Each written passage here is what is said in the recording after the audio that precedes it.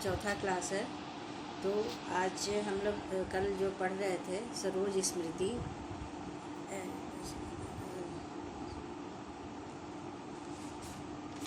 सरोज स्मृति सूर्यकांत त्रिपाठी निराला की कविता है सरोज स्मृति। उसका एक भाग पढ़े थे, आज हम लोग आगे पढ़ेंगे। इसमें कवि अपनी पुत्री, अपने जो मन की व्यथा है, उनके जीवन की जो कथा है, व्यथा कथा, उसे वो इसमें इस कविता में सुना रहे हैं और कविता के द्वारा प्रस्तुत करने का प्रयास कर रहे हैं कि उन्होंने अपने परिवार के लिए कुछ भी नहीं किया और उनकी पत्नी तो बहुत पहले ही स्वर्गवासी हो चुकी थी और पुत्री भी उनके जीवन से चली गई, इसलिए वो बहुत ही दुखी हैं और अपने जीवन की जो व्यथा है उसको इस कविता के रूप में प्रस्तुत कर रहे हैं। तो दूसरे पद को देखो। श्रृंगार रहा जो निराकार, रस कविता में उच्छ्वसित धार। कहते हैं कि जो पुत्री का श्रृंगार, पुत्री जो श्रृंगार की थी अपने विवाह के समय में, वो निराकार में उनकी पत्नी विलीन हो चुकी थी, उस पत्नी का रूप उनको दिखाई दे रहा था। रस कविता में उच्छ्वसित धार, कहते हैं कि और इसी का रस इस कविता में आ रहा है। गाया स्वर्गीय प्रिया संग, भरता प्राणों में राग रंग। अपनी पुत्री के रूप सौंदर्य को देख करके, उनके जो श्रृंगार की हुई थी, उस रूप सौंदर्य को देख करके उनका मन ऐसा महसूस हो रहा था जैसे वो अपने प्रिय पत्नी के साथ उस स्वर्णिम राग को गा रहे हैं। भरता प्राणों में राग रंग। कोई भी अपनी प्रिय वस्तु को देखता है तो उसके अंदर एक उमंग उल्लास आती है। इसी तरह से कवि के भी मन में अपनी पुत्री को देख करके अपनी प्रिय पत्नी का जो रूप सौंदर्य उनके आंखों के सामने आ रहा था, इससे उनके जीवन में उस समय एक नया उत्साह लग रहा था। रति रूप प्राप्त कर रहा वही, आकाश बदल कर बना मही। कहते हैं कि ये जो पत्नी का रूप उसे लग रहा था, उससे उनके मन में एक प्रेम की भावनाएं उमड़ रही थी और प्रेम जो वो आकाश बदल कर बना मही। आकाश यहाँ पर ये उसकी पत्नी का स्वरूप, वह पत्नी के रूप में बताया गया है और मही बताया गया है पुत्री सरोज के रूप में। वहाँ बता रहे हैं कवि, वो कह रहे हैं कि आकाश बदल कर बना मही। कहते हैं कि उनकी पत्नी जो पुत्री है सरोज, वो इस रूप में इतनी उनकी जो सौंदर्य अलग जगा रही थी, प्रकाशित हो रही थी, उसमें उनको अपनी पत्नी का रूप पूरा दिख रहा था। अर्थात कहने का भाव है कि दोनों का रूप एक रस दिख रहा था। हो गया ब्याह आत्मीय स्वजन, कोई थे नहीं ना आमंत्रण। कहते हैं कि उनके जो विवाह था, अपनी पुत्री का जो वो विवाह कर रहे थे, उसमें उन्होंने ना किसी को आमंत्रण पत्र भेजा था, ना ही किसी को उन्होंने बुलाया था और कोई भी आत्मीय व्यक्ति भी नहीं पहुँचे थे। वो सादे सीधे तरीके से उनका विवाह हो जाता है।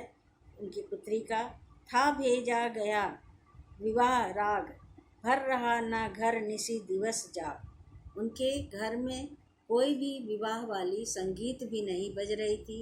ये मूक संगीत, वहाँ मौन संगीत बज रहा था, वहाँ जिसमें कि कोई आवाज़ नहीं थी। बस एक साधारण तरीके से अपनी पुत्री का वो विवाह कर रहे थे। भर रहा ना घर निसी दिवस जाग, प्रिय मौन एक संगीत भरा, नौ जीवन के स्वर पर उतरा। ये जो उसका एक नया जीवन उनकी पुत्री का शुरुआत हो रहा था, क्योंकि विवाह के बाद हर किसी का एक नया जीवन शुरू होता है। उसी तरह से उनकी पुत्री का एक नया जीवन विवाह के पश्चात शुरू हो रहा था, जिसमें कि वह एक मौन संगीत उनके घर में छाया हुआ था और कोई भी उसमें आत्मीय जन भी नहीं थे। कोई ना किसी को आमंत्रण पत्र, निमंत्रण पत्र भेजा गया था। जब हम जानते हैं कि यदि किसी को निमंत्रण नहीं दिया जाता है तो वो कोई भी व्यक्ति उनके यहाँ नहीं पहुँचता। तो इसी कारण से उनके घर में कोई भी आदमी व्यक्तियों का भी कोई भी आगमन नहीं हुआ था और वो अपने में ही सिर्फ पुत्री का विवाह कर चुके थे। माँ की कुल शिक्षा मैंने दी, पुष्प सेज तेरी स्वयं रची। बहुत सारी बातें ऐसी होती हैं घर में जो कि माँ ही अपनी पुत्री को सिखाती है। यहाँ पर कवि वही बात कह रहे हैं कि लेकिन यहाँ पर कवि अपने जब पुत्री का विवाह करते हैं और उनकी जो विदाई की बेला होती है तो वो पूरी शिक्षा जो माँ देती है अपनी पुत्री को वो उनके पिता ही दे रहे हैं, अर्थात कवि ही अपनी पुत्री को सारी शिक्षाओं से अवगत करा रहे हैं। पुष्प सेज तेरी स्वयं रची, उसकी जो सैया थी, जो एक विवाह के बाद एक उसकी जो सेज सजाया जाता है उसको भी उन्होंने स्वयं अपने हाथों से सजाया था। सोचा मन में वह शकुंतला, पर पाठ अन्य यह अन्य कला। यहाँ कालिदास की एक शकुंतलम जो कविता है उसमें भी वो कण्व ऋषि जो अपनी पुत्री शकुंतला का विवाह करते हैं उसमें भी वो अपनी वही शिक्षा वो बात है। यहाँ शकुंतला वाली कहानी ये इस कविता में भी चरितार्थ होती है, लेकिन ये उनसे भी आगे हैं क्योंकि शकुंतला कण्व ऋषि तो सिर्फ शकुंतला का ब्याह किए थे और यहाँ पर कवि त्रिपाठी सूर्यकांत त्रिपाठी जी ये इन्होंने तो ब्याह के बाद भी सारा कुछ स्वयं किया। उनकी पुष्प सेज भी सजाई, उनकी माँ की शिक्षा भी उन्होंने ही दी, तो ये उनसे भी आगे हैं। और इसीलिए कहा गया है कि कह रहे हैं कि यह पर पाठ अन्य या अन्य कला, एक उस पाठ को पढ़ लेना उसको या फिर उसकी कला या दूसरी तरफ उसकी कला को दिखाना दर्शाना, दोनों में ही अंतर हो जाता है क्योंकि उस कला को निभाना और एक पाठ को बताना दोनों में अंतर है। ये कला को खुद कवि जी करके दिखा रहे हैं। कुछ दिन रह गृह तू फिर समोद, बैठी नानी की स्नेह गोद। वो विदाई के बाद फिर है सो अपने पति के घर जब जाती है ससुराल, उसके कुछ ही दिनों के बाद वह फिर से अपनी नानी के यहाँ चली आती है। बैठी नानी की स्नेह गोद, वहीं पर वह आ जाती है। मामा मामी का रहा प्यार, भर जलद धरा को ज्यों अपार। उनके मामा मामी भी उसे काफ़ी स्नेह देते थे, हर सुख दुख में उसका काफ़ी साथ दिए और हर उनकी खुशियों का हर ख्याल रखा करते थे। इस तरह से उसके सरोज के जीवन में उनके मामा मामी का अहम व्यक्तित्व निखार आया है क्योंकि उन्होंने उसे काफ़ी प्यार दिया और सारी सुख सुविधाओं का हमेशा ख्याल भी रखा। भर जलद धरा को ज्यों अपार, वे ही सुख दुख में न्यस्त, तेरे हित सदा समस्त व्यस्त। कहते हैं कि उनके जीवन में किसी भी चीज़ की कमी को मामा मामी आने नहीं दिए और वो मामा मामी उनके हर सुख दुख में शामिल रहते थे। वह लता वहीं की जहाँ कली, तू खिली स्नेह से हिली पली। कहते हैं कि कवि कह रहे हैं कि एक जैसे हम देखते हैं कि कोई भी पौधा को लगाया जाता, कोई बीज को जब हम मिट्टी में डालते हैं तो मिट्टी से एक पौधा निकलता है और वो पौधा को जब हम सींचते हैं पानी के द्वारा तो वो है सो फलता है, बढ़ता है, अंकुरित होकर के निकलता है, फिर वो लतर फैलता है। इस तरह से उसको वो वहाँ पर फैलता है। उसी तरह से सरोज भी अपनी माँ के मृत्यु के पश्चात नानी की गोद में चली जाती है, नानी के घर में ही पलती बढ़ती है और उनके मामा मामी उन्हें पोसते हैं, पालते पोसते हैं, उनके सुख दुख का ख्याल करते हैं।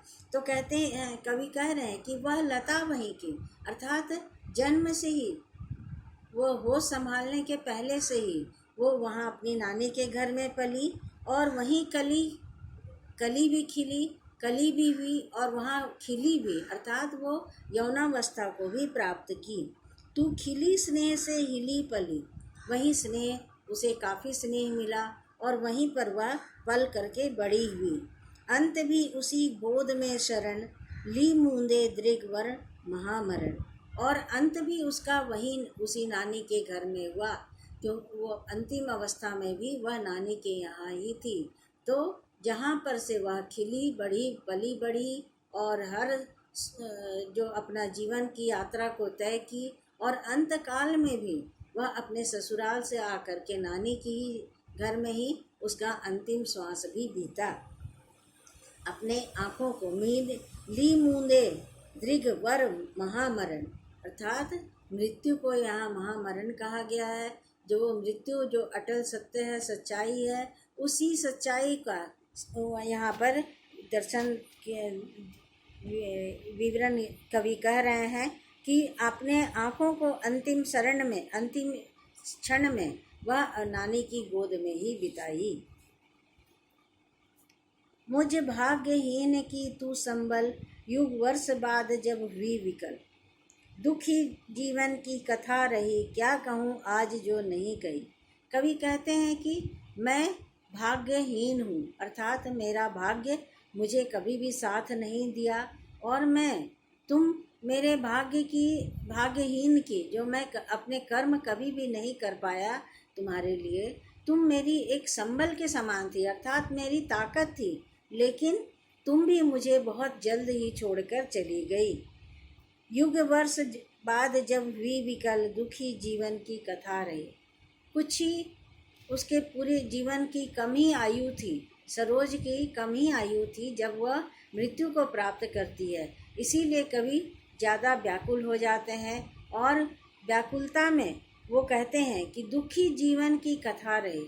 उन्हें अपने जीवन में कुछ नहीं करने के लिए, अपनी पुत्री के लिए भी कोई भी काम को समर्पित नहीं करने के लिए, उनके सुख सुविधा का ख्याल नहीं रखने के लिए, उन्हें अपने पास नहीं पालने पोसने के लिए भी उनके मन में काफ़ी दुख था, और उस दुख को वो व्याप्त नहीं कर पा रहे थे। लेकिन आज जब वह नहीं है तो उसे इस कविता के रूप में वो अपनी श्रद्धांजलि दे रहे हैं, और कहते हैं दुखी जीवन की कथा रही, क्या कहूँ आज जो नहीं कही। वो जीवन में कभी भी किसी के सामने अपने दुख को व्यक्त नहीं किए थे, लेकिन आज अपनी पुत्री के वियोग में वो काफ़ी व्यथित हो चुके हैं, व्याकुल हो चुके हैं, और इसी को अपने जीवन के रूप में यहाँ पर प्रस्तुत कर रहे हैं।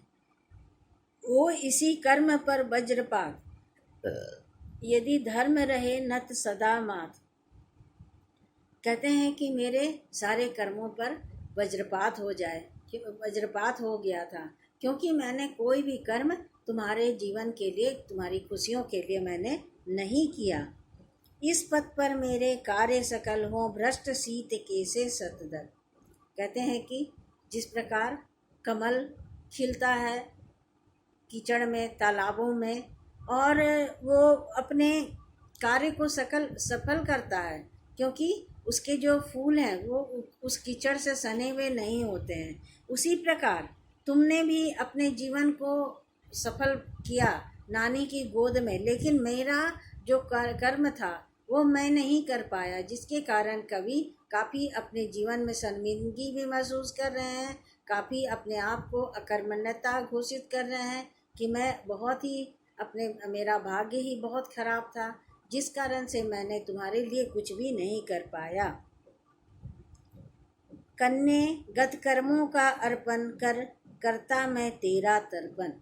कवि कहते हैं कि हे पुत्री, मैं अपने अकर्मण्यता की, अपने जो तुम्हारे प्रति जो मेरा कर्म था उसे मैंने कभी नहीं कर पाया, जिसकी आज मुझे अपने अंदर ही अंदर खेद है, दुख प्रकट हो रहा है, और उसी का मैं तर्पण तुम्हारे इस कविता के रूप में तुम्हें कर रहा हूँ, तुम्हें श्रद्धांजलि दे रहा हूँ।